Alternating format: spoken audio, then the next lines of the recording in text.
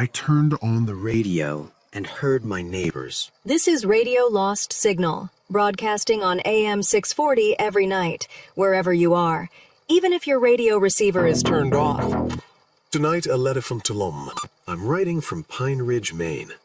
After my grandfather passed, I ended up with his old floor radio. Big wooden cabinet, cloth front, looks like it's for the 1930s. It sat in my living room for years like a piece of furniture. Last week, I plugged it in, just to see if it still worked. It came on right away. There was the usual hiss, and then a calm announcer's voice. Like a radio drama. And the second I heard it, I remembered something I hadn't thought about in a long time. When I was a kid, I used to sit with my grandfather at night while he listened to that radio. I knew even then it was talking about people around town.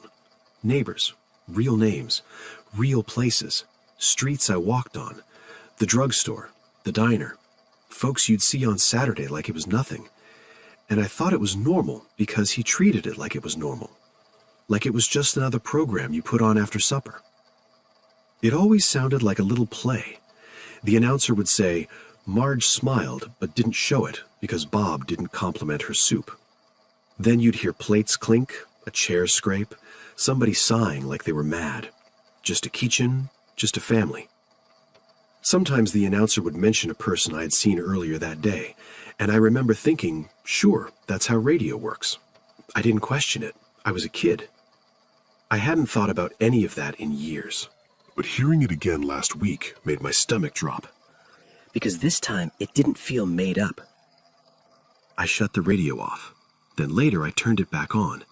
Different voices, same announcer, same steady tone, like it was harmless entertainment. And the next day I heard one of those people say a line I'd heard the night before. Same words, same little pause in the middle. Not similar, the same. I've switched it on a couple more times since. It's always close, always local, always someone's supper table, read back to you like a script.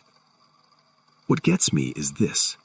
I listened to it as a kid and never once questioned what kind of thing that is. Like it was just part of life in Pine Ridge. Now I can't help thinking that if the radio can turn other people into a little show, it can do the same to me. And I don't like the idea that I might just be another character in it. If you've heard of anything like this, I'd appreciate a reply.